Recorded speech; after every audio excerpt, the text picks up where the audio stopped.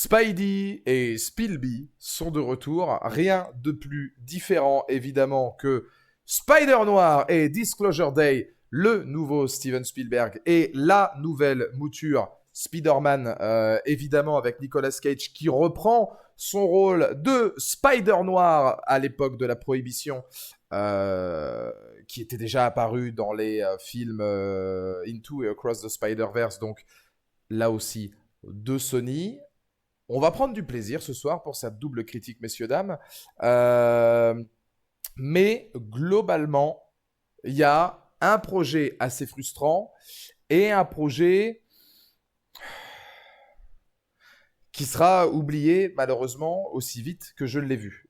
Il n'empêche que sur les deux, il y a un bon projet, c'est le projet frustrant, on va en parler. Évidemment, on va commencer par le moins bon, on terminera par le meilleur.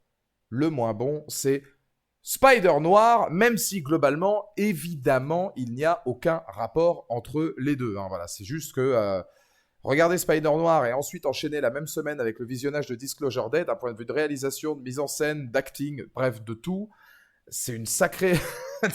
tu termines avec Spielberg, c'est quand même une sacrée plus-value. Spider Noir, malgré tout, était un projet qui m'intéressait beaucoup pour plusieurs raisons. La première, c'est que je suis un amateur, moi, de ce cinéma de l'époque, de cette époque en règle générale, du LA noir, du New York noir, des films noirs en règle générale. C'est vraiment un style que j'aime beaucoup, détective, investigation, thriller, ça me parle, et le personnage de Spider Noir, du coup, me parle beaucoup. Les films français noirs, c'est vrai qu'il y a eu un nombre assez incalculable de films français quand même d'une richesse énorme dans l'époque, et puis le film noir, maintenant, c'est d'ailleurs très français, puisqu'on a gardé cette appellation, même aux États-Unis, film noir, Spider Noir, pour vous dire que c'est voilà, c'est quand même d'origine française et que c'est un nouveau pan du cinéma qu'on nous a pris, mais qui est quand même très très très important ici. Parmi les meilleurs récemment, on va dire, parmi les projets que j'ai vus récemment, moi qui m'avaient beaucoup plu, on peut compter Mob City de Frank Darabont avec John Berntal, avec beaucoup d'autres comédiens dont là maintenant tout de suite j'oublie le nom pour à peu près tout le monde, mais non, Mob City était une très très bonne série à Los Angeles. Il y avait Simon Pegg qui avait fait l'ouverture. On pouvait retrouver Milo Ventimiglia qui était dans Heroes. On pouvait retrouver comment s'appelle-t-il déjà, Dale de Walking Dead. De toute façon, il y avait pas mal du casting de Walking Dead. Et puis Edward Burns, voilà, c'est l'homme que je cherchais, Edward Burns, qui faisait son retour dans Mob City, qui était excellent. Malheureusement, série annulée au bout d'une saison, mais qui était l'excellence de ce qu'on peut faire dans le milieu du LA noir. Casting 5 étoiles, et puis une histoire hyper intéressante. C'est dommage que ça n'a pas pu aller plus loin. John Berntal, fantastique. Donc c'est vrai que le film noir, qu'il soit français ou qu'il soit de Los Angeles ou de New York, me plaît beaucoup. La thématique me plaît beaucoup. Nicolas Cage, dans ce registre, ça m'intriguait aussi. Je ne suis pas un grand fan de Nicolas Cage. Je pense que Nicolas Cage, malgré tout, exemple, Lord of War, pour ne citer qu'un, a de vraies bonnes performances d'acteur, mais je ne trouve pas que ce soit un bon comédien. Je trouve qu'il cabotine beaucoup, je trouve qu'il n'a pas un charisme démesuré, je suis assez étonné de voir l'impact et l'aura qu'il a vis-à-vis du public, sachant que je trouve que c'est un acteur assez moyen. Alors il a quand même quelques bons faits d'armes, mais c'est certainement pas Benjamin Gates, Ghost Rider ou même là Spider Noir qui vont me faire changer d'avis sur le bonhomme. Mais Nicolas Cage dans ce rôle-là, pour moi, c'était intéressant. Et c'était intéressant aussi pour une raison. Même l'histoire en soi a été plutôt pertinente, on va y revenir, mais c'est surtout que c'est co-choronné, produit et écrit par Steve Lightfoot. Steve Lightfoot, qui était quand même le producteur, entre autres, de Narcos et le créateur de la série The Punisher avec John Berntal. À partir du moment où tu vois Steve Lightfoot branché sur ce genre de projet et que c'est un personnage qui sort des Into et Across the Spider-Verse, tu peux te dire qu'éventuellement, ils ont peut-être voulu faire quelque chose de pertinent et qu'il y aura une qualité, évidemment, au rendez-vous. Pour ne pas être honnête, pour être honnête avec vous, justement, pour ne pas vous mentir, des qualités, il y en a. Spider Noir a des qualités indéniables. Malheureusement, c'est une série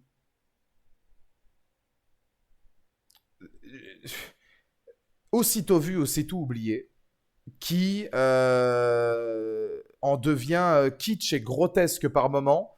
Il n'y a pas de mal à être kitsch, c'est peut-être voulu et assumé dans la série, encore est-il que ce soit bien fait. Là, il n'empêche que c'est kitsch à en devenir grotesque par moment. Et surtout qui est extrêmement monotone, qui a un gros problème de rythme et qui ne travaille pas suffisamment le peu de choses intéressantes que la série peut proposer. Et surtout, je trouve que d'un point de vue de réalisation, de mise en scène et simplement d'esthétique hors photographie, on va dire, parce que la photo est plutôt belle, les costumes aussi,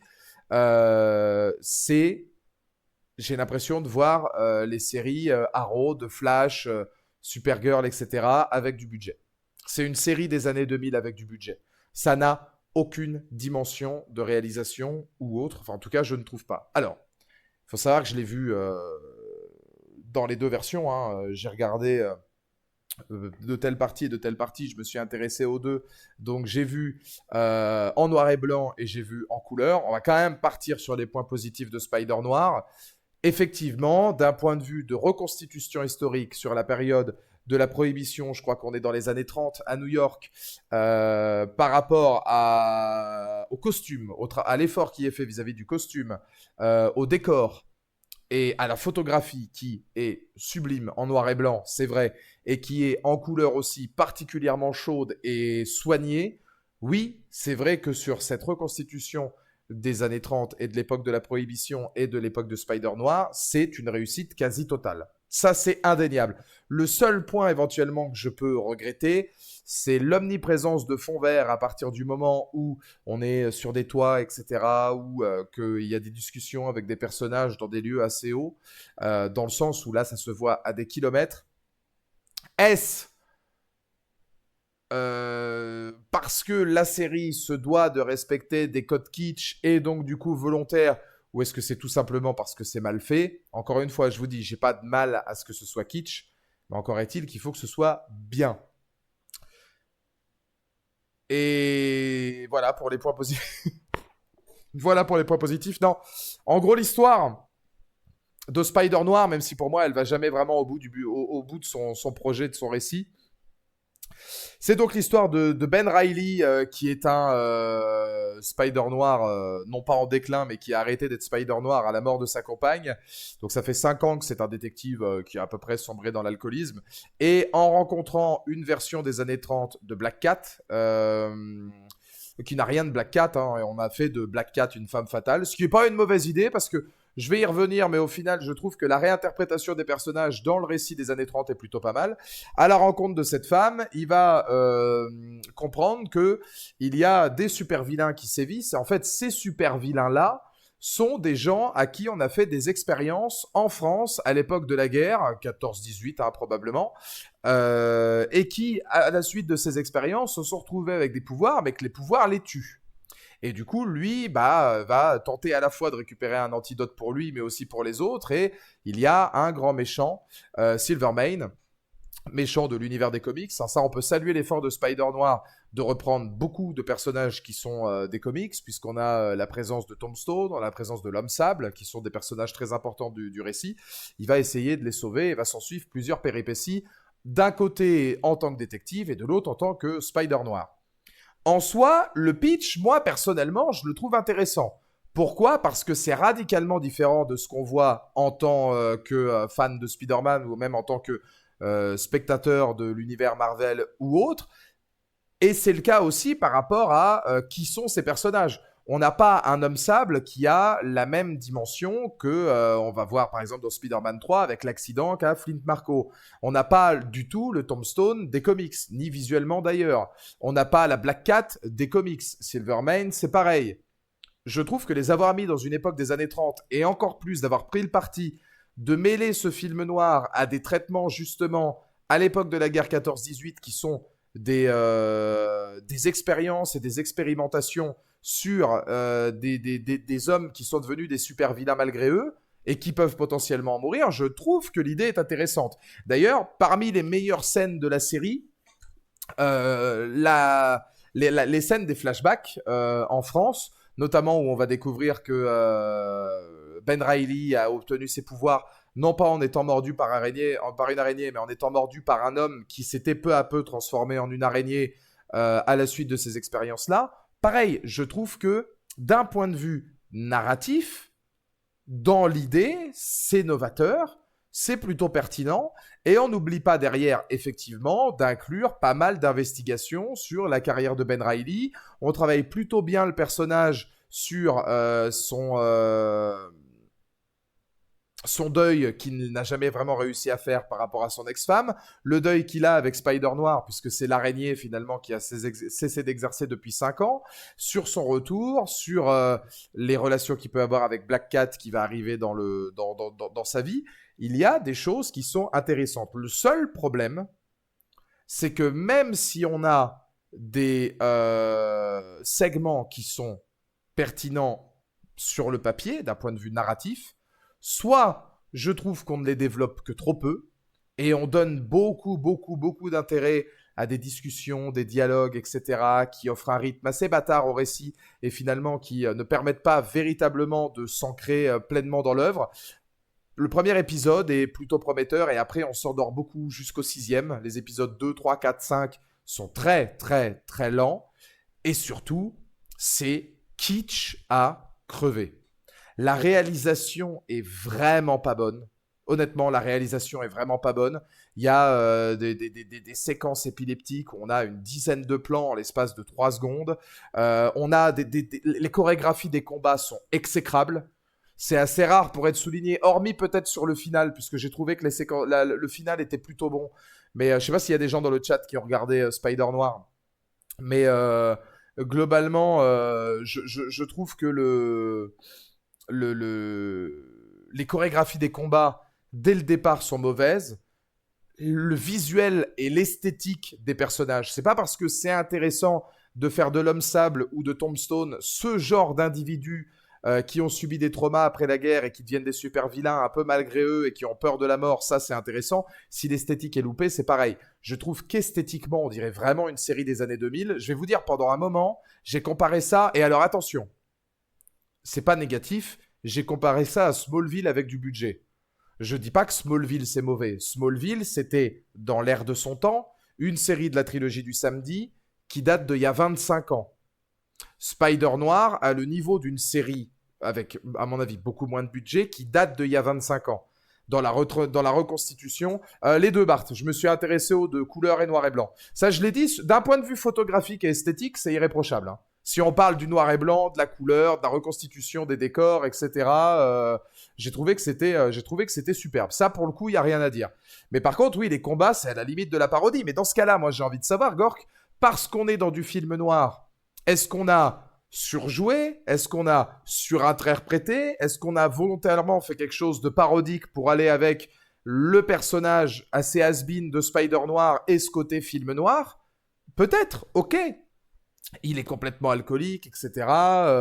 Et c'est vrai qu'on peut avoir des scènes un peu plus balbutiantes parce que justement, c'est un Spider-Noir en déclin qui est vieux et que les personnages... Mais ça ne change rien au fait que même si tu veux prendre cette direction, tu peux le faire correctement.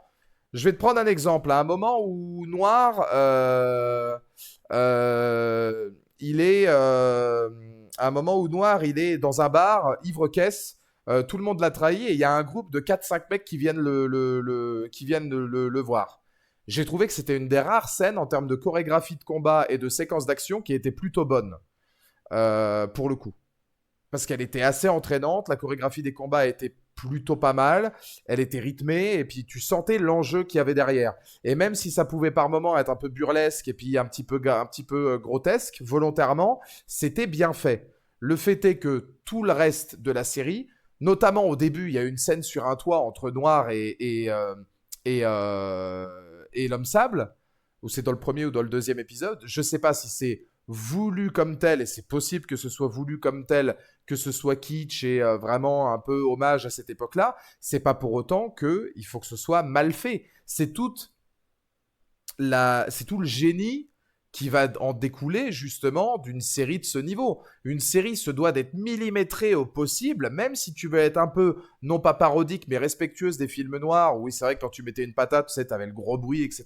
Puis les mecs qui font des envolées, bon, comme t'avais dans les films d'époque. C'est comme si aujourd'hui tu faisais un peu une parodie des films des années 80, où c'était des gros actionneurs, où t'avais vraiment le bruit comme ça. Par exemple, tu vois, Gork, il y a une scène qui fait très film noir, où il y a Wilson, en gros Silvermane, pour ceux qui ont vu la série, vous allez voir de quelle séquence je parle. Silvermane, il pense que l'un de ses alliés est un traître, sauf que c'est pas lui. Et du coup, il décide de le tuer. Et tu le vois pas se prendre la balle, tu vois juste comme ça, et puis le mec, t'entends la détonation, puis t'as un plan très rapproché sur le mec comme ça, là, puis après il tombe dans la tombe.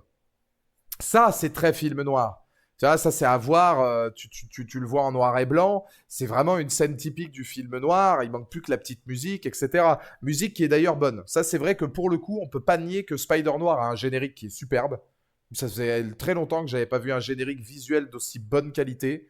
Peut-être depuis Severance. Le générique est magnifique de Spider Noir. Et la bande son, que ce soit la soundtrack en terminant sur du Amy Winehouse ou, que ce soit la bande originale, c'est vrai que ça, pour le coup, c'est réussi. Mais ça, tu vois, à ce niveau-là, sur cette scène-là, je peux comprendre l'hommage, c'est pile dans le style, ok. Mais le design de Tombstone, je suis désolé, il sort de Buffy contre les vampires. Le design de Tombstone, il sort de Buffy contre les vampires. C'est pas possible de faire un truc comme ça. C'est daté comme c'est pas permis. Et ça, c'est pas une question du film noir. Le design de l'homme sable, il est loupé, il faut le dire. Il est complètement loupé.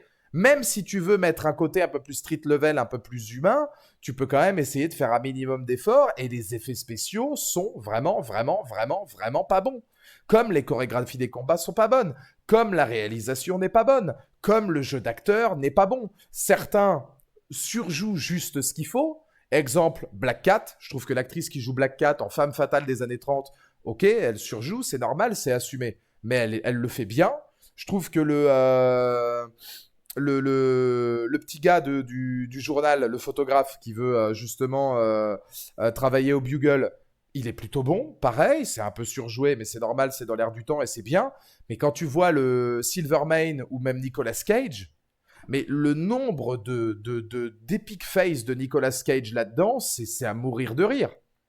C'est à mourir de rire. Mais il y a pas mal de moments où j'étais gêné. Il y a beaucoup de phases où j'étais gêné. Il y avait certaines fulgurances, notamment quand les méchants vont arriver dans le musée des horreurs de la Toubib, là, qui essayait de sauver des gens, etc., qui va mourir comme un symbole d'ailleurs avec son fils. C'est une scène qui est assez touchante. Et puis c'est vrai que globalement, cette scène-là, un peu en mode Alien 4, était plutôt soignée. Et puis c'était raccord avec, je pense, ce qui était le plus intéressant dans le récit, hein, c'est-à-dire ce qui était arrivé à ces anciens soldats à qui on avait injecté des trucs et qui n'ont malheureusement pas eu de chance. Il y a je pense qu'il peut y avoir une allégorie aussi des soldats et du retour au bercail. Si on veut aller chercher plus loin dans l'analyse, on peut voir hein, à travers. Alors je parle tout haut là, mais on peut voir à travers les super vilains finalement qu'on laisse dépérir. Et bah, le sort de beaucoup de Marines et de beaucoup de soldats, notamment américains, mais même d'ailleurs, eh bien, qui, après la guerre, à leur retour, étaient laissés pour morts ou laissés à leur triste sort et qui n'arrivaient jamais à s'en remettre. Ça peut être une sorte d'allégorie, d'image de ça, en plus du film noir. Parce qu'on tend de plus en plus vers la fiction au fur et à mesure de la série. Le côté vraiment polar noir, c'est surtout dans les premiers épisodes. Mais il y a quelques scènes bien manœuvrées. Mais sinon, derrière, voilà, faut pas confondre hommage assumé et grotesque, burlesque, risible. Et il y a tellement de séquences qui sont risibles. De, de, de, de, de raccourcis narratifs, notamment entre la relation entre Ben Reilly et celle qui joue Kat, où tu te dis, mais vous avez oublié un épisode ou deux, ou c'est comment là? Vous nous montrez des trucs. Alors oui, c'est dommage, parce que je pense que c'est une série qui avait du potentiel et qui méritait beaucoup mieux, mais ça prouve encore une chose, c'est que Sony, quand ils sont dans l'animation, ils cartonnent, voilà, les films avec Miles Morales sont très bons. Quand ils sont dans le live action, on n'est pas au niveau de Morbius ou Kraven le chasseur ou Venom, hein, je suis d'accord. Mais j'ai trouvé ça extrêmement daté. J'ai trouvé que Spider Noir était extrêmement daté pour une série de 2026 qui se veut polar noir et qui avait un potentiel de fou. Je sais pas ce que vous en avez pensé. Gork, t'en as pensé quoi dans l'ensemble?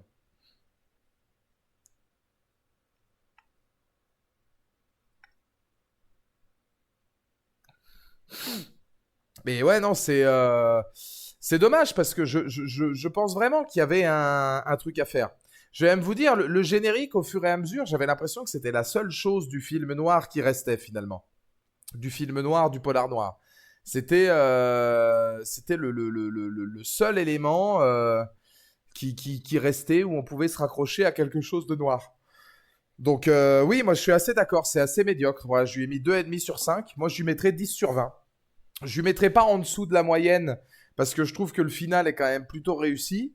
Euh, il y a par bribes à certains moments de l'humour qui se rapproche de l'humour de Spider-Man qui peut être plutôt bienvenu par rapport à l'étude du personnage, ce qui est réellement le personnage, mais aussi suffisamment éloigné pour qu'on voit les distinctions entre un Ben Reilly et un Peter Parker. Parce qu'on n'est pas dans une version de Peter Parker, là pour le coup, Ben Reilly c'est Ben Reilly. Donc ça c'est vrai que j'avais trouvé ça plutôt pas mal. Le costume, le design du costume de Spider-Man est plutôt très fidèle et intéressant aussi, et même si absent, quand même pas mal absent. Alors je sais pas s'ils ont prévu une saison 2.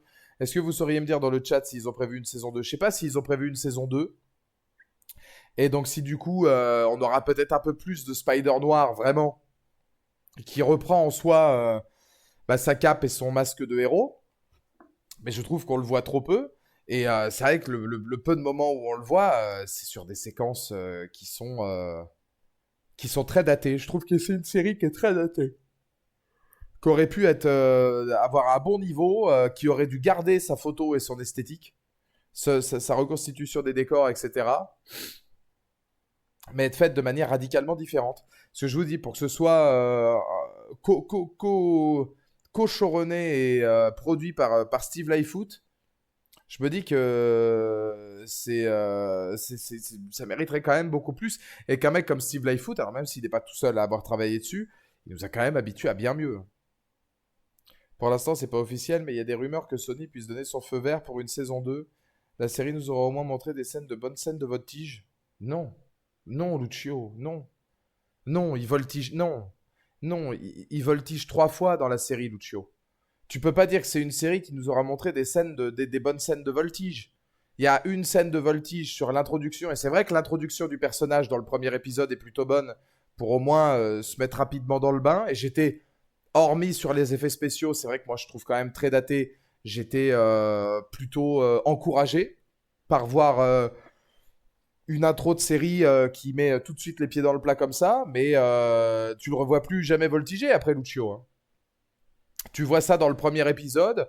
Tu as une scène de voltige, peut-être, oui, dans un épisode dans une course-poursuite en voiture par la suite. Et puis après, dans des scènes de combat, il utilise un peu sa toile, mais c'est tout. C'est tout. Il doit y avoir, 2 scènes et demie de voltige. Donc tu peux pas dire que c'est, pour moi, un film qui montre de bonnes scènes de voltige. C'est Mark Webb quand il est sur les Amazing Spider-Man. Là, oui, quand t'as Mark Webb sur les Spider-Man, tu peux te dire, ok, tu m'offres une bonne scène de voltige, là, et je vois que t'as du pédigré. Là, c'est difficile pour toi de... Mais tu vois, Lucio, c'est difficile quand même, hein. Ce que tu me dis, ouais, il faut savoir que Lucio, il m'a quand même DM quand j'ai mis ma note sur Instagram. Venez sur Instagram d'ailleurs, on fait plein de trucs qui sont cool. Et il m'a dit, oh là, attends, il faut qu'on cause Valou et tout. Je me suis dit, putain, bah, tu vas voir qu'il a adoré la série. Au final, Lucio, tu me fais un sketch, t'as vu 3 épisodes. Comment tu peux pouvoir juger 8 épisodes, t'en as vu que 3? Tu peux pas juger l'intégralité de la série, tu peux ni la défendre, ni en dire du bien ni du mal, t'as vu que 3 épisodes. Puis alors ça va pas en s'arrangeant, parce que j'étais honnêtement, les 2 premiers épisodes de Spider Noir, pour le coup, j'étais plutôt conquis, où je me disais, tiens, même si je suis pas un grand fan du visuel des super vilains, je comprends un peu l'idée, ça veut être street level, un peu plus réaliste, bon, mais en gardant cette touche de film noir, Encore une fois, je l'ai dit, ça, moi, je trouve que ça peut être pertinent dans l'idée d'allier les deux. Il se trouve que plus le temps passe, plus ça devient un peu grotesque, quoi.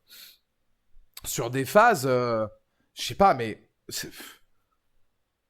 Gork, tu vas me dire si ça vient que de moi, parce que j'ai besoin d'avoir un autre avis, mais il en soi, pareil, l'idée peut être bonne, mais la concrétisation du truc, il se trouve que quand il a été mordu, Ben Reilly, son corps s'est restructuré avec de l'ADN d'araignée. Et je ne sais pas ce qu'il tente de faire, mais il tente par moment de faire des mouvements d'araignée. Et il y a des séquences entières où tu as Nicolas Cage qui est comme ça, et puis il fait... Et en roue libre totale, et c'est long, et ça dure, et ça dure. Et je suis là, je me dis, mais c'est quoi le projet, là? C'est quoi? C'est... je vois l'idée, hein. Et il y a une scène où il se réveille, ça c'était pendant les périodes flashback, il y a une scène où il se réveille et ça lui reprend. Et ouais, c'est extrêmement gênant parce que t'as plus là ce côté kitsch ou assumé ou machin du film noir ou même du burlesque. C'est quoi le projet, quoi? Pourquoi vous faites ça? C'est consternant en fait. Peu importe ce qu'on peut me dire, c'est assumé ou quoi, c'est lamentable. C'est lamentable. Et franchement, joué par Nicolas Cage, c'est encore pire, quoi, parce que t'es dans un surjeu abscon terrifiant, et je me dis, mais si c'est le seul moyen que vous avez trouvé de montrer une mutation, ouais, exactement, Bart, j'espère que dans Brand New Day, si Peter, il est voué à muter, ça va pas être pareil, quoi. Alors, enfin, oui, si, on est totalement dans la même chose, puisque Peter, ça pourrait être la fin de sa mutation génétique pour peut-être devenir Man Spider. Certains, ils le pensent, alors que lui, il a été mordu par un mec qui ressemble déjà plus ou moins à un Man Spider. Donc, c'est-à-dire un mec qui a plus rien d'humain et qui ressemble plus à une araignée qu'autre chose. Donc, il a des mouvements, mais je vous jure que dans la chorégraphie, la gestion de la scène et de la réal, c'est risible, c'est ridicule, ce n'est même pas drôle. Tu sais pas si à un moment donné, le but c'est d'être drôle, ou si c'est d'être gênant, ou si qu'ils veulent provoquer la peur, ou qu'on comprenne quoi que ce soit, ou à la limite, il fait des espèces de gestes quand il est dans le lit pour se remettre un petit peu, se faire craquer les os, etc. après des séquences d'action. On peut se dire, enfin encore, moi je connais pas suffisamment les araignées, mais on peut se dire, bon, c'est un truc un peu d'araignée où il se met là, puis il fait des espèces de pilates ou je sais pas trop quoi sur son lit, il a des étirements et tout. Bon, c'est déjà long en soi, mais tu le fais une fois, pourquoi pas. Mais là, quand c'est carrément redevenir des spasmes nerveux ou des trucs, à aucun moment donné, moi, quand je vois ça, je vois quelqu'un qui tente de jouer peut-être des phases d'araignée. Ça, je vois un gogol. C'est joué comme un gogol. L'idée est une idée de gogol. Tu peux jouer l'araignée comme certains ont déjà joué, comme Hugh Jackman jouait un peu un côté animal avec Wolverine de manière bien plus pertinente. Et ça, c'est dans les scènes gênantes, c'est que le sommet de l'iceberg.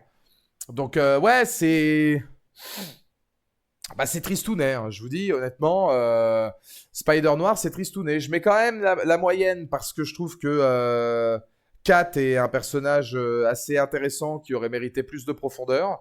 Et j'aime bien cette retranscription de Black Canary en mode film noir. Merci mon Lucio pour le Prime. Fini les pubs pendant un mois mon Lucio.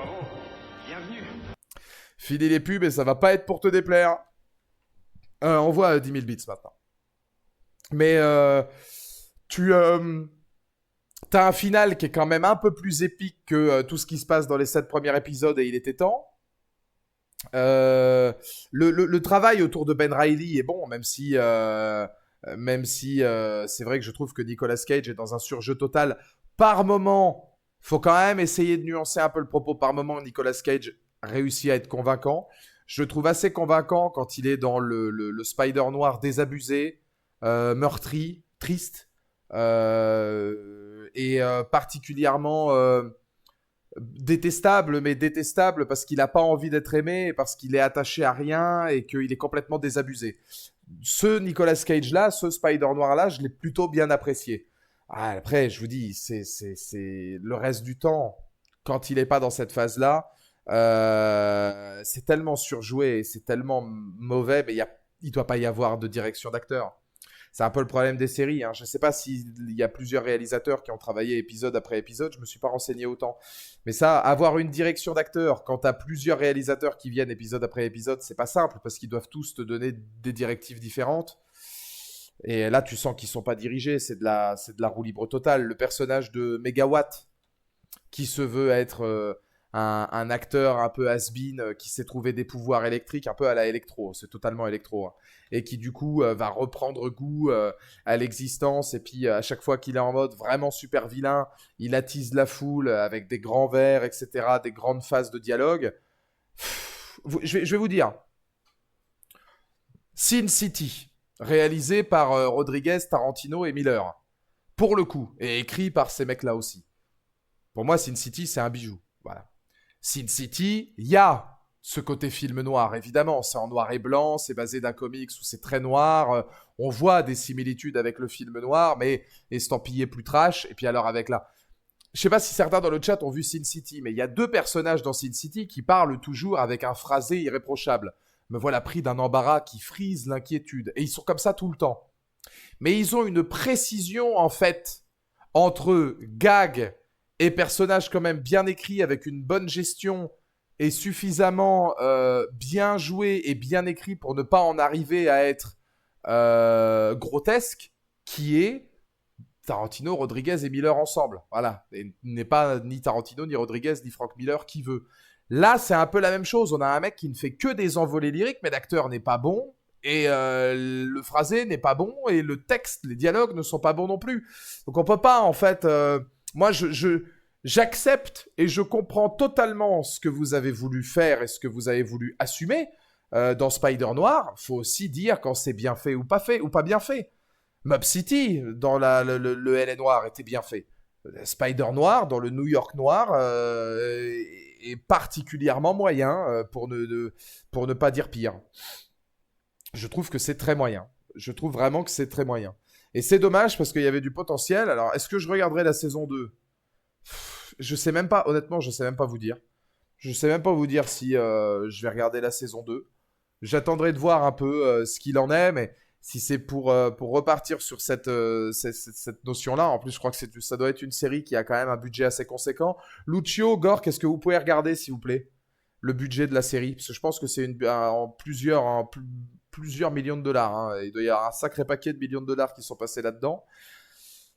Pour le budget développé, je trouve que c'est faible. C'est faible. C'est vraiment pour moi, une série des années 2000 avec plus de moyens, mais sans la nostalgie. Et qui a confondu le fait de s'assumer dans le noir et potentiellement parfois dans le comique et le kitsch avec du grotesque vide de sens, quoi. Très caricatural en plus. Alors c'est vrai que dans les films noirs, on peut avoir ces personnages très caricaturaux, très forts. Et là, c'est le cas aussi. Hein. C'est vrai qu'on est dans... Mais si le jeu d'acteur ne suit pas derrière et que la série ne suit pas non plus, bah tu peux faire ce que tu veux là-dessus. C'est plus compliqué, quoi. 400 millions de budget. Vous imaginez que ça a eu 400 millions de budget, quoi. Sur l'ensemble de la série, 400 millions de budget, c'est stratosphérique pour seulement 8 épisodes. Hein. Alors ok, il y a la retranscription des décors, il y a les costumes, il y a tout. Oui, ça a dû coûter une blinde, le faire en noir et puis après le remettre en couleur, la post-prod, Mais 400 millions, si c'est vrai, Lucio, que c'est bien 400 millions, sur YouTube, si jamais vous allez jusqu'au bout de la vidéo, dites-moi dans le chat le budget, hein, si vous l'avez, le budget officiel. 400 millions, me redit Gork aussi, c'est monstrueux. 400 millions pour ça, c'est monstrueux. On ne redira jamais assez le nombre de séries. Je sais pas si Papy Douceur, il est encore là. Si Papy il est encore là. Je sais pas si on va pouvoir parler un jour de séries qu'on regarde et qu'on apprécie, mais faudrait voir Papy, Mr. Robot, Better Call Saul, Euphoria, le budget de ces séries-là. Euphoria, le budget est peut-être conséquent par rapport aux acteurs. Je pense qu'ils doivent, surtout la saison 3, à mon avis, ça a dû coûter assez cher. Mais quand tu regardes des Mr. Robot ou des Banshee ou des Sons of ou des Breaking Bad ou des Better Call Saul, moi, je pense que Better Call Saul est très, très, très, très, très loin d'un budget de 400 millions. Severance. Est-ce que quelqu'un peut me donner le budget de Severance ? Ça, ce serait intéressant de savoir combien a coûté Severance. Parce que je peux vous dire que Severance, même si c'est pas du tout... Ou même le Punisher. Même, je vais regarder, je vais essayer de voir le budget de la série Le Punisher. Histoire de prendre un truc qui est quand même en lien. Parce que c'est vrai que ça n'a rien à voir, Better Call Saul. Mais si je prends The Punisher... Season 1, le budget, 15-20 millions par épisode, c'est ouf parce que Preach, Dès le moment où j'ai vu Roawin a lancé un stream, j'ai hésité à dire à Pritch, bon bah bonne soirée, parce qu'on sait qu'on te reverra jamais. Il n'avait pas parlé depuis 45 minutes. J'ai dit Severance, il est revenu. Pritch, il a une espèce d'alarme à Severance, c'est-à-dire que tu bip, bip, c'est hallucinant. Je me suis dit, on le reverra pas, c'est sûr, Roawin stream. Il est revenu, il a entendu Severance. Je l'imagine courir le long de son... de tomber 3 fois, hein, avec les oreillers, les trucs, les machins, et puis arriver sur son ordi, 15-20 millions. Vraiment, Severance, 20 millions par épisode, ça veut dire 160 millions, donc c'est moins de la moitié. Mais on va revenir sur le Punisher, juste histoire de voir par rapport à une série qui est en lien avec le monde du super-héros. Tac,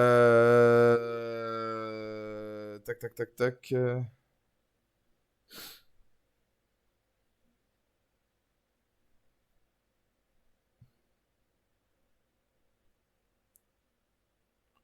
Euh...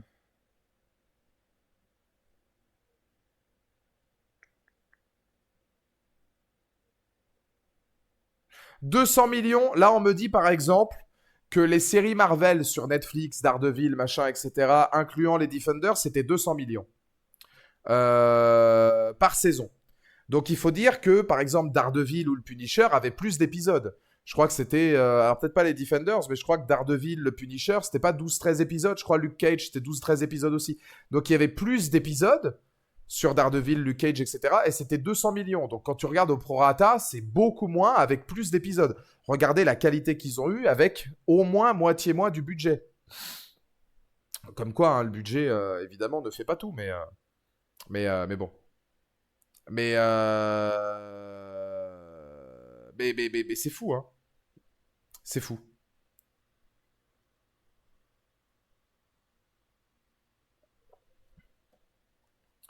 On passe aux choses sérieuses. Parce qu'il est temps. The King is back, baby. Disclosure Day. Nouveau Steven Spielberg. 4 ans, messieurs, dames. 4 ans après l'excellent The Fablesman. Il revient dans la science-fiction. Ça faisait un petit moment, je crois, qu'il n'avait pas fait de science-fiction. Pour revenir un petit peu sur mon histoire avec Steven Spielberg, aujourd'hui, il est de bon ton de dire que Steven Spielberg n'est pas un bon réalisateur. Hein. On a la bien-pensance, l'élite cinéphile qui considère que Spielberg n'est pas un bon réal, que globalement, tu ne peux pas regarder le cinéma de Steven Spielberg et considérer que c'est du bon cinéma si tu ne te focalises que sur lui. Alors, moi, je suis conscient qu'il faut regarder la plupart du cinéma, et c'est pas parce que vous avez un axe qui vous plaît, ou vous avez le droit d'aimer ça, que vous pouvez pas vous ouvrir à tout le reste.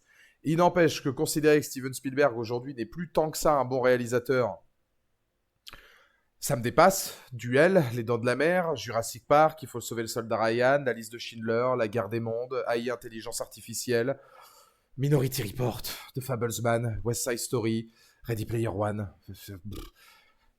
Une flopée parmi tant d'autres, évidemment, que j'oublie. Steven Spielberg revient donc avec Disclosure Day, avec dans les rôles principaux Josh O'Connor, Emily Blunt, Colin Firth, Coleman Domingo, bien sûr, hein, Coleman est partout. Donc on retrouve aussi Coleman Domingo. C'est donc le retour de Spielberg. C'est un film qui est extrêmement attendu, qui était l'un des films les plus attendus de l'année, qui est possiblement, mais alors attention, hein, on va voir, parce qu'à chaque fois qu'il le dit, en fait, en général, il en fait quand même une dernière, la dernière composition originale de Monsieur John Williams. Alors qu'on me dise pas que John Williams n'est pas un grand compositeur, hein, je sais qu'il faut vivre avec son temps, mais si c'est comme Spielberg et qu'on commence à me dire, tu sais, John Williams, en vrai, c'est pas tant un grand compositeur que ça. Bon, non, faut arrêter les conneries quand même. C'est l'un des plus grands maestros qu'on ait eu.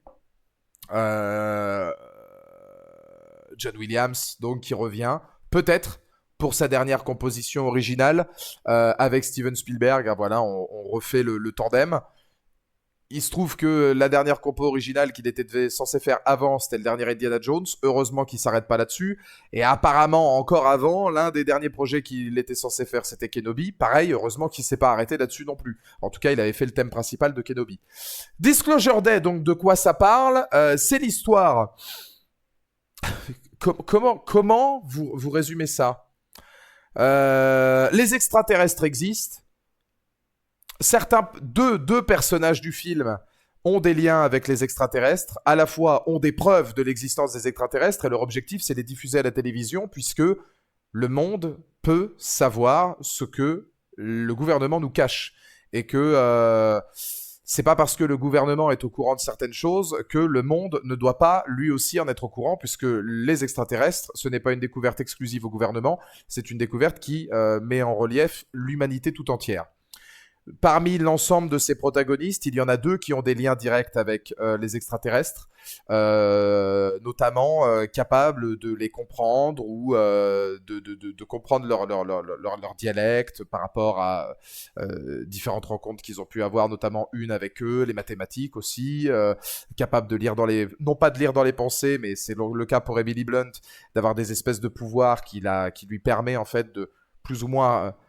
être à la place de la personne quand elle lui parle dès le moment où elle les regarde dans les yeux et comprendre en fait un petit peu tout ce qu'ils ressentent et se mettre à leur place et puis avoir toute leur vie dans son cerveau à la seconde près.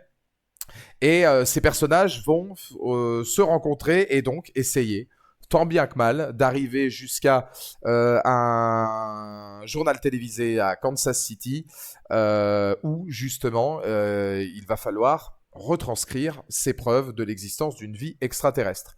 En gros,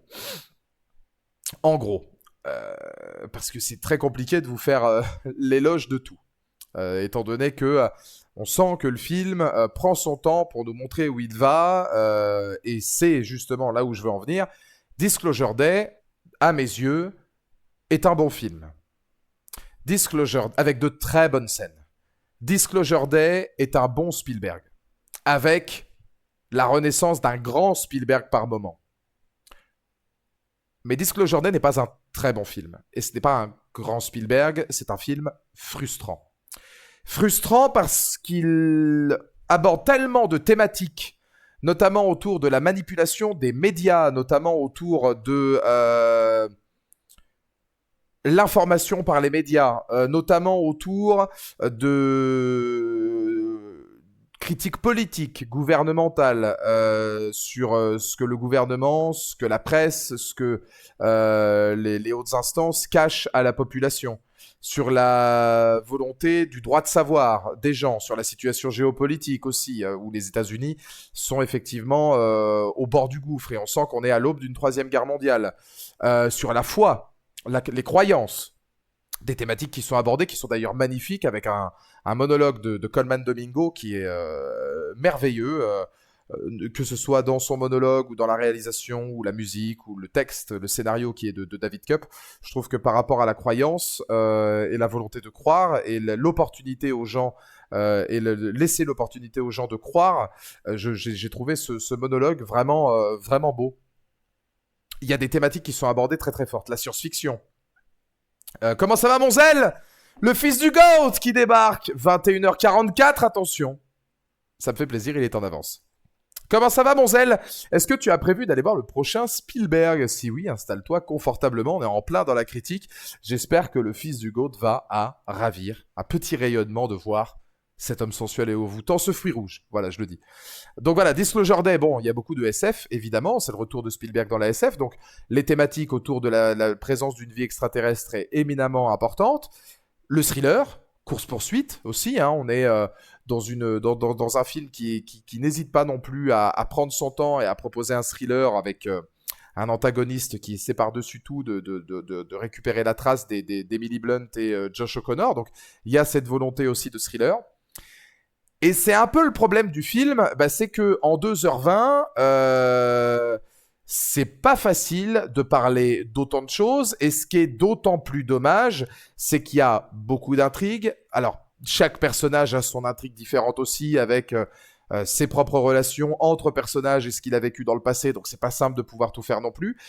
Et c'est assez paradoxal parce qu'il se mélange entre toutes ces intrigues, et en plus, c'est long. Je n'ai rien contre le fait qu'il y ait beaucoup de discussions. J'en parlais d'ailleurs avec l'un de mes potes qui travaille au cinéma où je suis allé voir le film. J'ai rien contre les films qui ont beaucoup de dialogue et qui passent vraiment plus de temps à débattre du fond et à parler plutôt qu'être dans l'action à outrance. C'est pas un film qui le nécessite de toute façon, hein. On n'est pas dans la guerre des mondes, hein, clairement pas. C'est pas du tout l'idéologie première de l'œuvre. C'est beaucoup plus centré sur des thématiques philosophiques, psychologiques, mentales. Ce qui n'est pas pour me déplaire. Le seul problème, c'est que c'est long. Et il y a un manque de rythme qui est évident. Et c'est vrai que à tellement vouloir en faire, et je pense à avoir peut-être trop misé sur le thriller, avec un antagoniste malheureusement qui est ultra manichéen et caricatural, comme c'est rare d'en voir du côté de Spielberg, des antagonistes aussi peu pertinents et intéressants, et avec un manque de profondeur à ce point, comment dire, euh, proposé dans le film. Et ben ça fait que effectivement on a un peu de mal à tenir le long du film. Ce qui est la force pure de Disclosure Day pour moi, c'est le talent de ses comédiens, c'est sa science-fiction et c'est la thématique autour des extraterrestres, des médias et de la foi. Ça, c'est ce que j'ai apprécié. La, la, la, la, la manipulation autour des médias, le fait que l'être humain est en droit de savoir, la critique géopolitique par rapport à cette troisième guerre mondiale qui semble imminente. J'ai trouvé le final du film absolument, je suis allé le voir avec Bart, on en parlait. Hein. Comment ça va mon Benji? Le final du film est absolument fantastique. Le final du film est absolument fantastique, avec justement cette révélation de cette vie extraterrestre où on voit les médias le découvrir en même temps que nous. Ça te ramène à ta simple condition d'être humain et ça ramène même les médias et les personnalités publiques, etc., à leur simple condition de gens complètement dépassés par ce qu'ils voient, apeurés, curieux, effondrés, et t'en as le souffle coupé. En fait, à partir du moment où ils arrivent dans une espèce de maison qui est reconstituée dans un hangar par Coleman Domingo et son équipe pour les besoins d'Emily Blunt, j'en dirai pas plus pour éviter les spoils, il y a un vrai second souffle au film où là, quand ça commence à démarrer, à aller beaucoup plus dans la SF, le raisonnement par rapport aux extraterrestres, le rapport qu'ils ont vis-à-vis d'eux, les êtres humains, et ce final qui est absolument grandiose sur toutes les chaînes de télé où on voit un petit peu toutes les images d'archives, rapprochement SF avec Roswell, etc. Enfin, ouais, c'est une lettre d'amour à la SF. C'est vraiment une lettre d'amour à la science-fiction. Et c'est pour moi les phases les plus intéressantes. Les phases notamment avec Emily Blunt aussi, la naissance de ses pouvoirs, le fait qu'elle les utilise, notamment dans un plan séquence. C'est au début du film quand elle parle un peu à tout le monde et puis elle parle même dans plusieurs langues différentes parce qu'elle rencontre un Coréen et elle est même pas au courant qu'elle parle coréen. Tout est filmé en plan séquence. Enfin, c'est vrai que là, quand il est là-dedans et quand il arrive à parler au spectateur et à le mettre un petit peu dans comment dire, dans la peur pure de ce qui se passe et de l'incompréhension du spectateur justement vis-à-vis de ce qu'il ne comprend pas, donc entre la science-fiction et le fantastique. Alors, je dirais le fantastique parce que le fantastique pur, c'est à peu près comme la SF, hein, c'est mettre des personnages ordinaires face à quelque chose qui les dépasse. Et là, c'est le cas. Ça n'a pas de genre fantastique, c'est plus dans la science-fiction, mais la science-fiction et le fantastique se rapprochent autour de mettre des gens ordinaires dans quelque chose d'extraordinaire et qui les dépasse. Le film, pour moi, aurait gagné à être un mélange entre Minority Report et Signe. Je sais pas s'il y a des gens dans le chat qui, du coup, ont vu Disclosure Day. Il y a pas mal de séquences qui peuvent faire penser un peu à Signe. La première apparition des aliens, c'est quand même assez traumatisant. Les chants, on voit Mel Gibson, vous savez, avec tous les chants qui finissent par être marqués avec des signes que tu peux voir depuis le ciel. On retrouve ces thématiques-là et ces séquences-là aussi dans Disclosure Day. Mais elles sont beaucoup trop, je trouve, édulcorées et beaucoup trop courtes par rapport à l'intégralité du film où c'est beaucoup de dialogues, où c'est beaucoup de séquences de thriller et c'est beaucoup de séquences qui n'en finissent pas. Alors c'est très bien réalisé, hein, c'est du Spielberg. Alors tu retrouves la patte de Spielberg, notamment sur une scène, pour le coup, de course-poursuite en voiture où on a une voiture qui est aux prises avec un train et puis alors les personnages doivent essayer de sortir de la bagnole et puis bon là c'est vrai que ça c'est du Spielberg dans le texte, hein, dans la manière de gérer sa séquence d'action. Tu retrouves une scène que je trouvais magnifique, c'est là où on revoit Emily Blunt enfant avec la première présence d'animaux qui vont arriver, parce que pour pas spoil, mais la présence des animaux est aussi extrêmement importante dans Disclosure Day. On retrouve des musiques qui sont des musiques très proches dans les tonalités de Hook ou La Revanche du Capitaine Crochet. De toute façon, là, dans Disclosure Day, vous retrouvez globalement, musicalement, Indiana Jones, Jurassic Park et Hook. Voilà, c'est les trois... et peut-être un peu de Minority Report aussi. Voilà, c'est les thèmes principaux de Disclosure Day ressemblent énormément aux thèmes musicaux de ces films-là. Et j'ai trouvé cette scène magnifique, la présence de l'enfant, ça c'est du Spielberg dans le texte.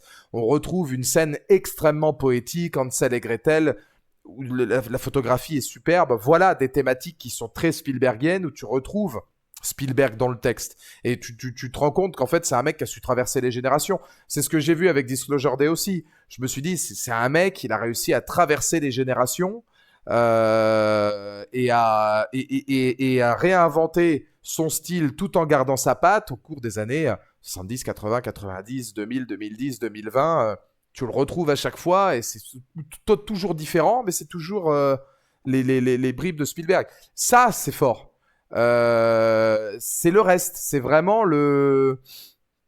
tout le cheminement plus autour du thriller, autour de l'antagoniste qui est malheureusement trop manichéen, des séquences qui sont beaucoup trop longues, qui prennent beaucoup trop de temps pour finalement pas grand chose, assez répétitives, qui cassent quand même pas mal le rythme. Et c'est vrai qu'on en parlait avec Bart, justement un manque de rythme qui est quand même assez évident. À partir de à partir de la moitié du film à partir d'un tiers du film jusqu'au moment où ils arrivent dans la maison d'enfance d'Emily Blunt. Ça veut dire qu'il y a quand même plus de la moitié du film où tu sens que ça rame quand même pour en arriver au développement. Et malheureusement, ça rame. On a l'impression de voir un peu toujours la même chose et que c'est lent et que certains personnages comme Jane ou le mari d'Emily Blunt, par exemple, qui les reste complètement... Pourtant, c'est Wyatt Russell. Wyatt Russell, qui est un acteur que j'aime bien, fils de Kurt Russell, qui est un personnage tout à fait pragmatique, qui, lui, d'un coup d'un seul, se retrouve, mais alors, éjecté du film, totalement, hein, comme le personnage de Jane, qui sont des personnages éjectés du film très très rapidement, alors que... ouais, tu sens des inégalités scénaristiques et narratives, quoi. Autant la scène de la maison, j'ai trouvé top, autant le final des médias, d'une part, j'ai trouvé hyper long, d'autre part, j'ai trouvé ça ouf que toutes les réacts se disent ouais, on va diffuser ces images qui sortent de nulle part sans vérif ou remise en question. Bah, c'est partiellement faux, Anaklusmos. Ils ont maintenant, ils se demandent si c'est pas de l'IA et eux, depuis les trucs, ils le disent, qu'ils ont maintenant, eux, des ordinateurs et des intelligences artificielles et des choses comme ça qui vérifient en temps réel ce qu'ils sont en train de diffuser. Et c'est la raison pour laquelle ils savent que c'est vrai, puisque au moment où justement il y a cette scène avec tous les médias, tu vois que dans les régies, ils ont la technologie et le matériel pour voir si y a la vérif. Il faut une vérif de 3 secondes par ordi, ça fait... Bah oui, mais peut-être que ça suffit. Bah tu sais, ils ont pas forcément besoin... ils vérifient en direct les images. J'imagine que, honnêtement, maintenant, avec la technologie qu'on a, bah si t'as un extrait qui dure 35 secondes, tu peux voir dès les 5 ou 10 premières secondes si c'est vrai ou pas, hein. T'as pas besoin de regarder les 35 secondes pour te dire merde, est-ce que la bande elle déconne ou pas. Je pense qu'ils peuvent le voir dès le départ. Et moi j'ai trouvé que la fin, alors Anaklusmos, je peux comprendre ce que tu dis sur le final où tu le trouves trop long. Moi je le trouve pas trop long, je le trouve excellent, mais je pense qu'il intervient trop tard. Ça manque d'une fin concrète, d'une chute et de quelque chose qui se passe pour marquer le spectateur. Là où il s'en sort bien, même si c'est très voyant, c'est quand... Et il nous refait une Soldat Ryan au final. Quand l'extraterrestre parle à Josh O'Connor, qui va parler à Emily Blunt, et qu'Emily Blunt est face caméra et qu'elle dit « Écoutez, noir, directed by Steven Spielberg ». Le fait qu'on ne sache pas ce que c'est évident. On le sent à des kilomètres. D'un autre côté, je trouve que ça sauve un peu le tout en disant « Tu ne peux presque terminer que comme ça ». Parce que cette séquence-là, pour moi, arrive trop tard. Sachant que c'est pour moi l'ASF le plus intéressant. Soit tu faisais beaucoup moins de thriller et cette scène-là, tu la mettais presque en épilogue, mais en tout cas en clou du spectacle. Et puis après, t'essayais de voir un peu la consistance que ça a par rapport à la Troisième Guerre mondiale qui s'annonce, par rapport aux gens, par rapport aux thématiques qui sont abordées, par rapport aux personnages, comment ils vont le vivre. Et là, ok, soit tu t'en sors comme ça avec une sorte de semi-cliffhanger, parce que au moins ça te permet au spectateur de te questionner après, parce que le cinéma c'est aussi une question de réflexion. Il faut se questionner, il faut réfléchir à ce que tu es en train de regarder. Et ça, Spielberg, il le fait très bien. Donc moi, j'ai trouvé ça pertinent parce qu'il avait plus trop de choix. Mais moi, à la fin, je l'ai trouvé vraiment bonne. Les images de la présentatrice en larmes en train de dire excusez-moi, je sais même pas ce que je regarde, je sais pas quoi vous dire. J'étais totalement pris dedans parce qu'il y a une mise en abîme où toi, en tant que spectateur, tu fais partie intégrante du film en te disant qu'est-ce qui se passe si un jour on te le dit. Et tu vois en fait, là pour le coup, encore une fois, une espèce d'union sacrée où il n'y a plus de troisième guerre qui compte, il n'y a plus de travail, il n'y a plus d'inégalité, il n'y a plus rien. Il y a simplement cette révélation qui te permet aussi, je pense, en tant que spectateur, et ça je crois que dans la carrière de Spielberg, ça a toujours été très important, de se dire qu'il y a beaucoup plus grand que l'être humain. Je suis désolé, mais pour moi, c'est un des éléments fondateurs de la carrière de Spielberg. C'est pas pour rien qu'il rencontre du troisième type, AI, machin, et qu'il a fait autant de science-fiction. Je pense que quand tu... ou même Jurassic Park ou autre, quand tu regardes Spielberg, tu te dis... il y aura toujours plus grand que l'être humain. Et je pense que l'un des trucs qui peut faire en sorte, effectivement... Moi, je partage cet avis. Alors, Anaklusmos, là, c'est purement subjectif. Moi, je partage cet avis que je pense que si à un moment donné, on savait que les extraterrestres existaient et qu'on était les seuls dans l'univers, ce qui est évident, vu le nombre de trucs qu'on connaît pas, etc., il n'y a aucun monde pour moi où on est les seuls dans l'univers ou dans la galaxie ou ce que vous voulez. Je pense que ça rendrait humble beaucoup de gens. Et je pense que c'est ce que Spielberg essaie de dire dans pas mal de ses films, c'est-à-dire il y a plus haut que l'être humain. Et c'est ce que je disais par rapport au soldat Ryan, quand c'est une scène qui est magnifique, ça pour le coup, mais enfin qu'est-ce qui n'est pas magnifique dans le soldat Ryan? C'est Tom Hanks qui parle à Matt Damon à la fin, et il lui dit tu mérites ça ou mérites ça, et il lui chuchote quelque chose à l'oreille. Le spectateur ne sait pas ce qu'il lui dit. Il y a que Matt Damon qui le sait. Là, c'est un peu pareil. L'Alien, ce qu'il dit à Josh O'Connor, il y a que Josh O'Connor et Emily Blunt qui le sauront. Donc c'est des thématiques que Spielberg a déjà fait. Mais c'est vrai que c'est très téléphoné. C'est très très téléphoné, hein, le fait que ça va se passer comme ça. Oui, j'ai vu le film avec Bart, quand j'ai vu Directed by Steven Spielberg, je me suis dit, oui, bah c'était évident. Et il a dit pareil, il a fait, bon, bah c'était sûr que ça allait finir comme ça. Pareil, l'idée que les villes s'arrêtent, que tout le monde visionne les images en même temps, d'un côté c'est intéressant dans ce que ça dit de la vitesse de propagation des infos aujourd'hui. Oui, et puis dans le fait que les humains maintenant sont connectés en permanence, l'importance des médias, la manipulation des médias. J'ai trouvé ça très naïf de croire que les choses se passeraient aussi bien face à cette découverte. Tu peux pas le savoir, Anaklusmos. Moi non plus, je peux pas le savoir. Et c'est ça qui est intéressant. Le film te le dit pas. Le film te le dit pas. Le film te montre l'instant T. Je peux pas te dire que ça va bien se passer, mais là c'est très hypocrite de dire que c'est une facilité narrative ou que c'est très naïf. On ne sait pas ce qui va se passer. Le seul truc que je peux te dire, Anaklusmos, c'est que si un jour on apprend qu'il y a des extraterrestres qui sont sur Terre, tout le monde sera sur son téléphone en même temps. Et dans les 5 minutes de l'annonce, tout le monde restera sur son téléphone. Ce qui se passera 1 heure plus tard, personne ne peut le savoir. Et c'est justement ça qui est intéressant. C'est que on ne sait pas à la fin du film ce qui se passe 1 heure après. Oui, mais tout le monde reste bouché. Mais ce que je veux te dire, Anaklusmos, c'est que je te parle de temporalité. C'est pas naïf de considérer que dans l'instant T, tout le monde serait sur son téléphone, puisque dans l'instant T, tout le monde serait sur son téléphone. Petite anecdote qui est marrante, c'est qu'à un moment donné, pendant la scène, je me suis dit, il n'y a qu'un seul fils de pute. Il n'y a qu'un seul fils de pute qui, dans une révélation aussi grande, serait sur Twitch en train de jouer à Lego Batman. C'est cet enculé de Valorworks. Et moi, en vrai, je me suis tapé une barre parce que je me suis dit, t'imagines un jour, tout le monde s'arrête parce que les extraterrestres arrivent et que t'as tout le monde qui est au courant. Ils font quoi, les streamers, pendant ce temps-là? Vous croyez que je vais arrêter ma partie de DBD ou que je vais finir mon truc Lego Batman, moi, pendant ce temps? Non, non, non, non, non. Moi, je suis en stream. Je le verrai après, hein. Tant pis si je fais un réel qui fait moins de vues en mode les Inzéennes ont débarqué. J'en ai rien à foutre. Je termine mon stream. Je termine mon stream, bien sûr. Bien sûr. Évidemment, hein. Vous me faites n'importe quel jeu, là, hardcore, etc. Woufoufou. Non, non, mais bien sûr, mon zèle. Mon woufoufou des personnages de Batman, il passera avant l'arrivée des extraterrestres. Bien évidemment. Ça me semble d'une logique indéboulonnable. non, mais blague à part, moi, c'est ce que j'aime. Les images dans le métro, les trucs, les machins, ok, mais c'est de l'instant T. Ce qui se passe une heure après, c'est ce que toi, tu trouves naïf. Mais le film nous permet pas de le trouver naïf, puisque le film ne nous le montre pas dans tous les cas. Donc c'est encore une fois factuellement faux. Après, c'est une question d'interprétation. Mais je vous dis, c'est un film qui est frustrant parce que il passe tellement de temps dans de multiples thématiques dont beaucoup sont pas forcément approfondies, dans des personnages qui n'ont pas forcément beaucoup de charisme et qui sont pas forcément des personnages auxquels on va s'attacher, hormis Emily Blunt, qui est extraordinaire. Emily Blunt, elle est extra. Oh là là là là. Moi, j'attendais Coleman Domingo, je n'ai vu que Emily Blunt. Le jeu d'Emily Blunt dans Disclosure Day, mon Dieu, mais elle est extraordinaire. Mais c'est vrai que c'est presque le seul personnage auquel on s'attache vraiment, parce que tous les autres n'ont que peu d'impact. Ça, c'est un des problèmes du film aussi. Normalement, dans les films de Spielberg, les personnages, c'est quand même une place forte. Il a toujours été bon pour... voilà, les personnages, je vais reprendre le Soldat Ryan, mais je peux vous citer d'autres films aussi, même La Guerre des Mondes, hein, tous les personnages de La Guerre des Mondes. Il ramène Tom Sizemore. Non, c'est pas Tom Sizemore, c'est Tim Robbins. Je confonds à chaque fois les deux. Quand il ramène Tim Robbins, Tim Robbins dans La Guerre des Mondes, il est là qu'un quart d'heure, hein, mais par contre, tu te souviens, hein, tu t'en rappelles hein, de l'apparition de Tim Robbins. Quand il fait Jurassic Park, encore une fois, l'humain n'est pas le plus grand.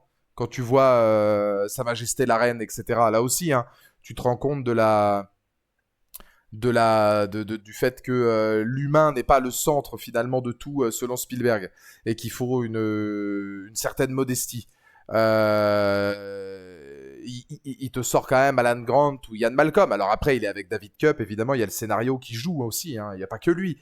Mais le fait que oui, Bart, dans la foi, dans le phénomène de foi, ça, les croyances, le fait que chacun puisse croire, etc., ça c'est intéressant aussi. Comme Grotogno, il est intéressant. Physiquement, Grotogno est intéressant. Physiquement, Grotogno est très intéressant.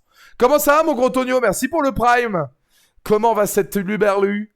Physiquement, Grotogno est très intéressant. Ouais, lui, il a un corps qui m'appelle. Non, je vous le dis, c'est une barbaque, j'en ferais bien mon 4 heures.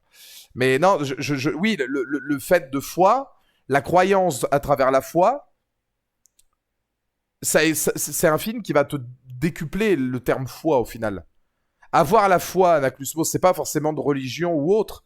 Faut croire, avoir la foi en une vie extraterrestre, c'est avoir la foi quand même en des signes extérieurs. Et le fait qu'il arrive à marier ça avec la religion, d'une religieuse qui croit quand même, parce qu'on nous dit qu'effectivement Dieu a créé l'humain comme l'être parfait sur Terre, moi je trouve que c'est pertinent aussi. Mais c'est trop abrupt. C'est-à-dire qu'on n'en parle pas beaucoup de ça.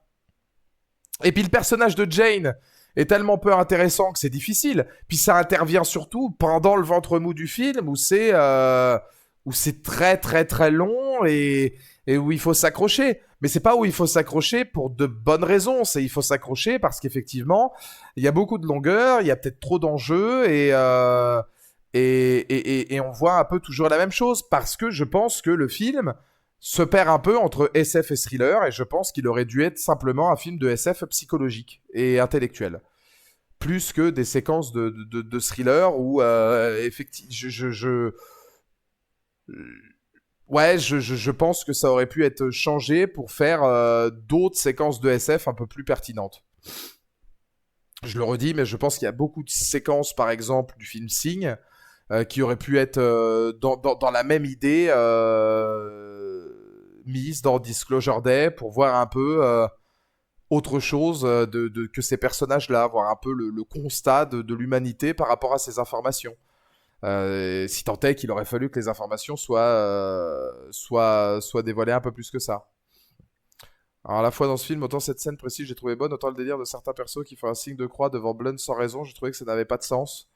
Je l'ai même pas vu ça pour te dire, Anaclusmos. Ça pour le coup je l'ai même pas vu. Après, il y a critique et il y a autocritique. Ça, tu vois, par exemple, la religion, je pense qu'elle serait grandement impactée si un jour on découvrait qu'il y avait une puissance extraterrestre dans la vraie vie. Si un jour on a des preuves concrètes d'une puissance extraterrestre, je pense que beaucoup de personnes pourraient perdre la foi. Je pense que d'autres pourraient la trouver. Et je pense qu'il y aurait un impact énorme là-dessus. Et je pense que le film Disclosure Day nous montre un petit peu de chacune de ces thématiques, mais encore une fois trop peu. Mais il nous montre un petit peu de chacune de ces facettes, sans effectivement aller peut-être au bout du scénario, parce que c'est un film qui est très ambitieux et qui a beaucoup de thématiques, mais je pense que il se perd parfois dans l'ensemble des thématiques qu'il aborde. Ça, c'est possible. Ça, c'est possible. Voilà, c'est un film qui est frustrant. C'est un film qui est frustrant parce que les extraterrestres étaient bien faits. Ah oui, alors il y a ça aussi. Ouais. Les effets spéciaux. Les effets spéciaux. Je sais, on le redira jamais assez, hein, hormis peut-être sur la planète des singes, etc. Parce que là, on est carrément en capture de mouvement et c'est encore différent. Mais les effets spéciaux sur le renard, l'oiseau, les cerfs et même les aliens. Aïe, aïe, aïe, aïe, aïe, aïe, aïe, aïe, aïe. Putain, c'est pas beau, hein. C'est pas beau, hein. Mais je ne pense pas qu'un jour, les effets spéciaux sur ça, c'est fake. C'est vraiment, vraiment d'un point de vue de visuel. Là, on parle plus juste de visuel en termes de CGI et d'effets spéciaux, hein. Pff, je peux comprendre l'imagerie autour des animaux, etc. Maintenant, c'est vrai que le rendu visuel est vraiment pas beau. Et c'est dommage parce que Spielberg, ça a toujours été quelqu'un qui... Alors, il a utilisé beaucoup d'effets spéciaux, mais il sait utiliser du pratique. Le fait, ne serait-ce que sur l'extraterrestre, ne pas utiliser au moins de costumes ou d'animatronics ou autre, je trouve que c'est hyper dommage. Même le chalet dans le flashback de Blunt, c'était terrible. Ouais, ouais, ouais, c'est très... visuellement, c'est...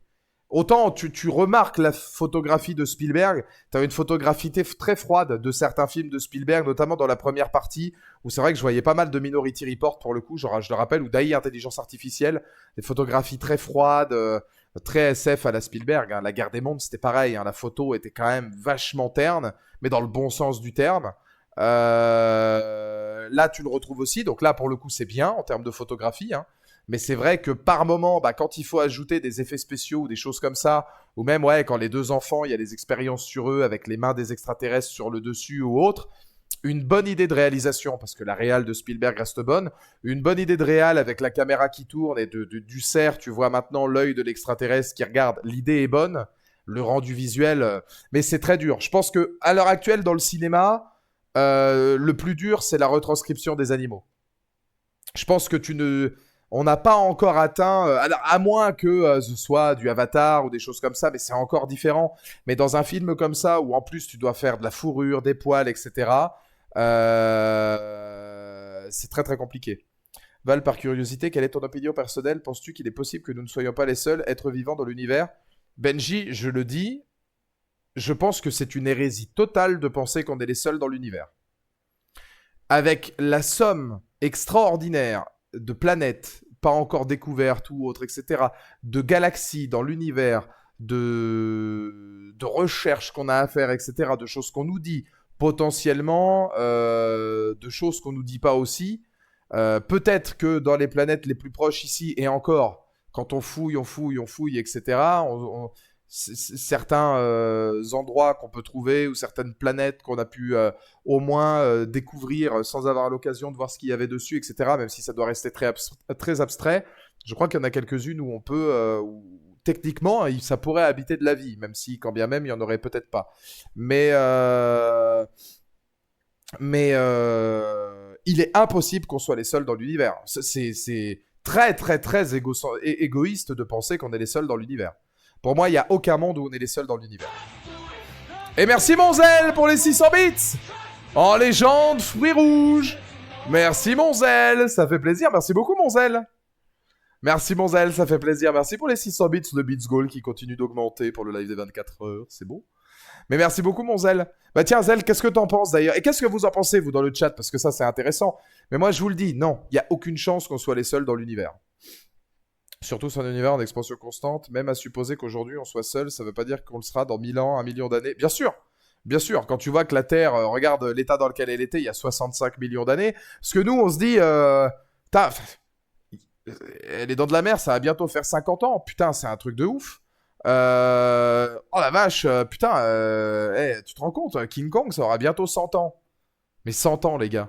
Pour nous, ça paraît énorme. Les dinosaures, c'était il y a 65 millions d'années. 65 millions d'années. Imaginez ne serait-ce ce qui se passera dans 1000 ans ou dans 1 million d'années. C'est pour ça que je regrette que l'être humain ait une espérance de vie aussi courte. Parce que j'aimerais tellement savoir l'état de la Terre dans 1000 ans. Mais, mais tu te dis, c'est dingue. Alors, sous-entendre dans l'ensemble de l'univers, etc., machin, et ou dans d'autres galaxies qu'on est les seuls, impossible.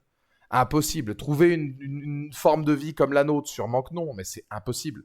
Malheureusement, oui, c'est vrai que j'ai peur que nous, on soit jamais au courant. Parce qu'on est en 2026, la technologie, la science, etc., continue de s'enrichir, mais j'ai quand même très peur que, allez, même dans 50 ans, moi j'aurai plus de 80 balais, certains dans le chat seront plus jeunes que moi, donc Inch'Allah, normalement vous êtes encore vivant comme moi, sur la Bible, mais je pense que même dans 50 ans, y aura-t-il des découvertes majeures, et est-ce que dans 50 ans on sera capable de le dire? Je ne sais pas. Je ne sais pas, je ne peux pas vous dire si dans 50 ans on sera capable de répondre à cette question. Mais non, c'est inconcevable. Moi, je pense que dans l'ensemble de l'univers, c'est impossible qu'on soit les seuls. Je ne veux pas considérer qu'on soit les seuls. Je pense que sur une autre planète, je suis blond et que toi et moi, nous ferons un beau couple de blonds. Je déconne. Oula! Alors, eh ben, c'est le moment de finir le live. Alors, je ne sais pas. Je ne sais pas. Non, Benji, moi, je pense que dans l'intégralité de tous les univers, s'il y a des reconfigurations de ma personne, ils aiment tous les femmes. Ils aiment trop les femmes. Et je pense qu'il y a un connard qui me ressemble en stream qui doit quand même le dire. Non, les sexy miss. Je pense qu'il y a un homme qui me ressemble, peut-être quelque part dans l'univers, qui stream aussi sur sa plateforme Twitch et qui se dit les sexy miss à gogo. Non, ça c'est sûr et certain. Alors par contre, que je sois blond et que tu sois blond, ça c'est possible. Mais bon, ça, qui peut nous le dire? C'est quelle théorie du complot auquel tu crois le plus? Je suis pas très théorie du complot, moi. Je suis pas très théorie... Mais alors pour une simple et bonne raison que j'en ai pas grand-chose à foutre. La théorie du complot, allez, s'il faut choisir une théorie, bah justement, sur une autre planète, on est au rancho ce week-end, alors qu'on doit attendre combien de temps en vrai, gros Tonio? Encore une semaine, 2 semaines? C'est quand déjà que toi que tu débarques? Mais parce que voilà, si sur une autre planète c'est ce week-end, peut-être que pour nous ce sera la semaine prochaine, mais dans tous les cas c'est très bientôt. Ah, pas besoin d'être sur une autre planète. Non, moi la théorie, c'est vendredi là? Ah bah alors, ah putain. Eh bah si, bah on se voit au rancho samedi là. Oui, oui, bah on va se voir au... Oh putain, mais alors attends. Oh là là là, oh là là là là là là là là. Non, bah alors parce que, gros Tonio, moi j'étais convaincu que c'était la semaine d'après. C'est pas grave, dans tous les cas, je suis disponible. Sache, gros Tonio, que ce week-end, je suis avec mon pote Mathéo et qu'il y a un rassemblement de glandus samedi qui est stratosphérique. C'est-à-dire que samedi, là, si je ramène l'équipe et que vous êtes là, oh, le rancho de samedi, il brûle. Faut que tu le saches, gros Tonio. Tout va brûler, tout doit disparaître. C'est... ah ouais. Ah bah ouais, non, mais oh, bah, t'es même pas prêt. Hein. Oh, toi, quand je vais te présenter Matteo Libelli, mon ami. Oh là là là là. Ah ouais. Ah moi, vendredi, moi, je suis déjà pris. Vendredi, je suis déjà pris avec le Bart et la Roi. Mais le samedi, je suis totalement là. D'ailleurs, si tu veux te faire une bouffe... Ah ouais, non, bah non, parce que ça, je serais toujours pas payé. Donc la bouffe, ça risque d'être chaud parce que j'aurai normalement toujours pas ma paye. Donc ça risque d'être compliqué. J'avais dit à Bart, de toute façon, Bart m'avait proposé qu'on aille manger ensemble là aujourd'hui. C'est pareil. Tant que je suis pas payé de Twitch, là, j'essaie de rester le minimum chill. J'ai regardé un peu d'oseille pour le ciné avec Bart et puis pour le rancho de ce week-end. Mais piscine au camping, ça me dit carrément. Piscine au camping, ça me dit carrément. Ça, je le fais de fou, gros Tonio. T'es sur Inge? Bon, allez. Non, mais la conversation qui part en couille de ouf. Ah, sinon, t'es pas sur Adopt? Je pose la question comme ça. Je suis sur Hinge. Je suis sur à peu près tout, moi.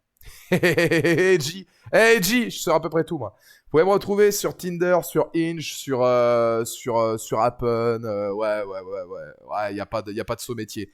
Par contre, rien ne vaut l'IRL. Ah, je ne suis jamais aussi fort qu'IRL. Voilà, les réseaux sociaux, mais IRL, attention. Mais non, non, oui, donc oui, du coup, pour la bouffe, ce sera chaud pour le resto parce que bah j'avais déjà dit à Bart que c'était compliqué financièrement. Par contre, bah, j'ai gardé un peu pour le rancho, donc le rancho avec plaisir. Ça carrément, on se retrouve au rancho samedi. Nous, on sera à la Maison Blanche le samedi, Gros Tonio. Donc si tu veux venir, c'est pareil. Et puis bah, surtout, s'il y a petite piscine tranquille et puis possiblement barbecue. Ouais, ça, je suis là plutôt 10 fois qu'une, mon Gros Tonio. En plus, je devrais être à la salle. Donc, je peux venir de la salle et puis tout de suite après, arriver et vous rejoindre à la piscine du camping et puis pour le truc. Je te rappelle le samedi après, mais avec grand plaisir. Avec grand plaisir. À mon humble avis, on est loin d'être les seuls dans l'univers et je pense même que l'impact qu'on a, la place qu'on a dans ce même univers est quasi nulle. Bien sûr, bien sûr. Bien sûr, Zell. Dans l'ensemble de l'univers, la Terre, c'est rien. Ça, c'est évident. Le Val, j'ai capté une Colombienne le week-end dernier. Elle m'appelle désormais Papacito tellement je lui ai fait ça bien. J'espère que tu verras ça au moins une fois dans ta. Mais putain, mais la critique de Disclosure Day, les gars, là, mais. Bon. Euh... Attends.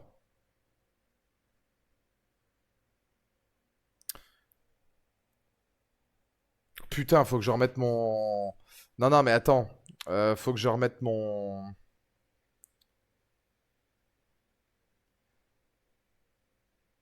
Voilà, faut que je remette les pays.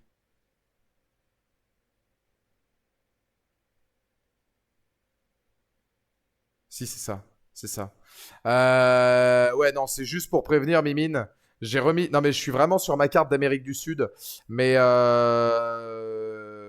Honduras, Mexique, Venezuela et Équateur, c'est déjà fait. Voilà, c'est juste. Et le Venezuela. Oh, le Mexique. Mexique plusieurs fois en plus. Fait le Mexique plusieurs fois. Mais je parle bien sûr, mon Eiji, de. Ben oui, oui, non, non, non, ben si, bien sûr, Mimine, tu prêches un converti. Hein. Non, mais c'est pas ça, Naclusmos, mais parce qu'il me dit, j'espère que tu auras l'occasion de vivre ça un jour. Et c'est pareil, c'est l'Amérique du Sud, c'est comme la Colombie, c'est exactement la même chose. Alors Colombie, j'ai jamais pu, mais c'est que je voulais pas prouver, c'est juste que vous saviez déjà, j'en avais déjà parlé pour le Mexique, mais ouais, l'une de mes expériences les plus incroyables, je me souvenais plus exactement de quel, mais c'était le Venezuela. Mais j'arrivais plus à, fallait que je revoie la carte parce que j'avais plus le nom du pays, putain de bordel.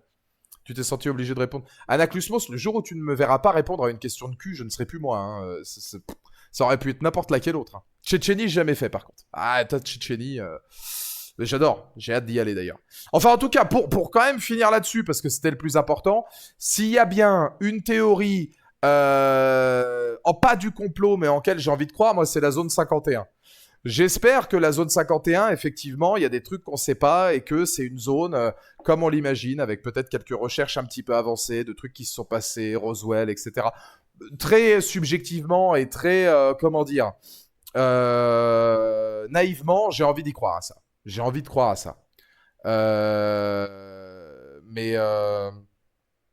Mais bon, c'est peut-être complètement erroné, mais ça, j'ai envie d'y croire. Après, après pour le reste, je suis pas très théorie du complot, principalement parce que je m'en fous un peu. Les grandes instances, des grands trucs, des grands machins, de qui dirige le monde, de ceci, de cela. Tendance à dire que je m'en branle pour la simple et bonne raison que moi, ça ne me change pas ma vie. Je suis pas naïf pour autant, ça ne m'intéresse pas. Donc, voilà, je suis pas intéressé par ça. Mais par contre, ouais, c'est vrai que quand ça parle de choses style Roswell, Zone 51 et tout, là, je trouve que c'est assez pertinent.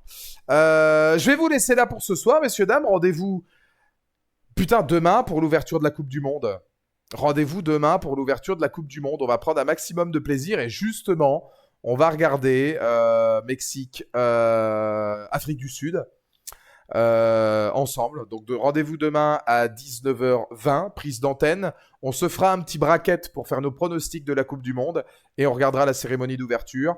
Et après, on partira sur Mexique, Afrique du Sud en immense légende. Je vous fais des bisous et je vous dis à la prochaine. Des bisous!